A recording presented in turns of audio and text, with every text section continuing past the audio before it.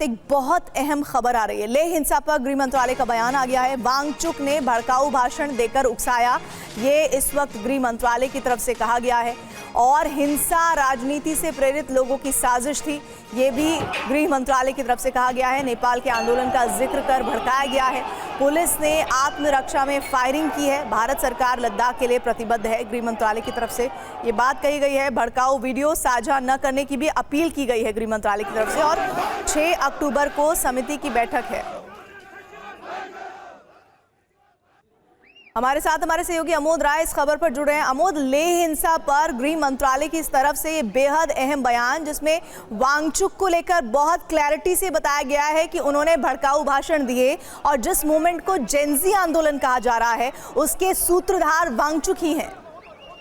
बिल्कुल बिल्कुल। देखिए प्रीति, जिस तरह से गृह मंत्रालय ने एक प्रेस विज्ञप्ति जारी करके सारे मामलों की जानकारी दिया है, उससे साफ स्पष्ट है कि गृह मंत्रालय को पुख्ता इस बात की जानकारी है कि इस पूरे घटनाक्रम के पीछे जो एक्टिविस्ट है सोनम वांगचुक, उनका ब्रेन है, उनका माइंड काम कर रहा है। जिस तरह से गृह मंत्रालय ने यह बताया है कि पिछले 14 दिनों से वो भूख हड़ताल पर बैठे थे, 10 सितंबर को भूख हड़ताल पर बैठे थे और उनकी मांग थी कि 6ठी अनुसूची में शामिल कर पूर्ण राज्य का दर्जा दिया जाए लद्दाख को। और उसको लेकर लगातार वहां जो उच्चाधिकार समिति है उसके साथ बातचीत गृह मंत्रालय की चल रही है। और वैसे में एकाएक आज सुबह जिस तरह से 11:30 बजे एक भड़काऊ भाषण दिया गया और भीड़ ने बीजेपी का जो लोकल कार्यालय था, हालांकि नाम नहीं लिखा गया है, ये बताया गया कि वहां एक राजनीतिक कार्यालय पर हमला किया गया, जो सारे देश ने देखा।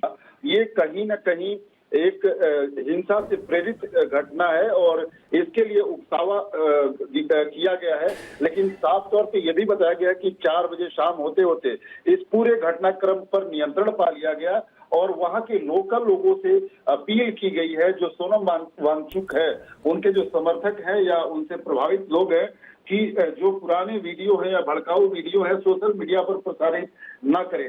तो स्थिति अभी फिलहाल वहां नियंत्रण में है। वहां पैरामिलिट्री और वहां के जो स्थानीय पुलिस प्रशासन है उसने पूरे वहां के माहौल पे एक तरह से नियंत्रण कर लिया है। लेकिन गृह मंत्रालय की पल पल की वहां जानकारी ली जा रही है गृह मंत्रालय से। और सबसे महत्वपूर्ण बात यह है कि वहां जो उच्चाधिकार समिति है उससे लगातार बातचीत हो रही है।